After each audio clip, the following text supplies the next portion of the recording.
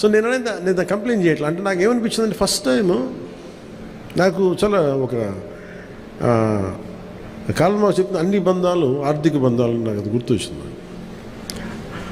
నేను ఆ రోజు మొత్తం నా రెమ్యునరేషన్ తీసుకోలేదు, ఇచ్చేసాను. నాకేమనిపించిందంటే ఒంటరితనం అనిపించాను.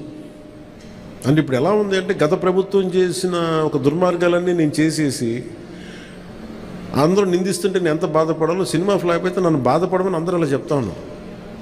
నా ఉద్దేశం ఏంటంటే సినిమా చేసాం, బాగలేదు, ఆడలేదు అంతే.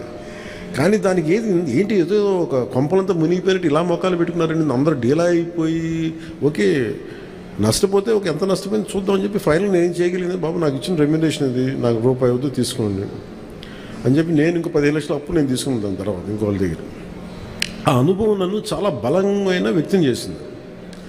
ఆ ఒక్క జానీ ఫెయిల్యూర్ నాకు ఎంత హెల్ప్ చేసిందంటే పాలిటిక్స్లో హెల్ప్ చేసింది. నేను 2019లో ఓడిపోతే మళ్ళీ నాకు అదే గుర్తొచ్చింది.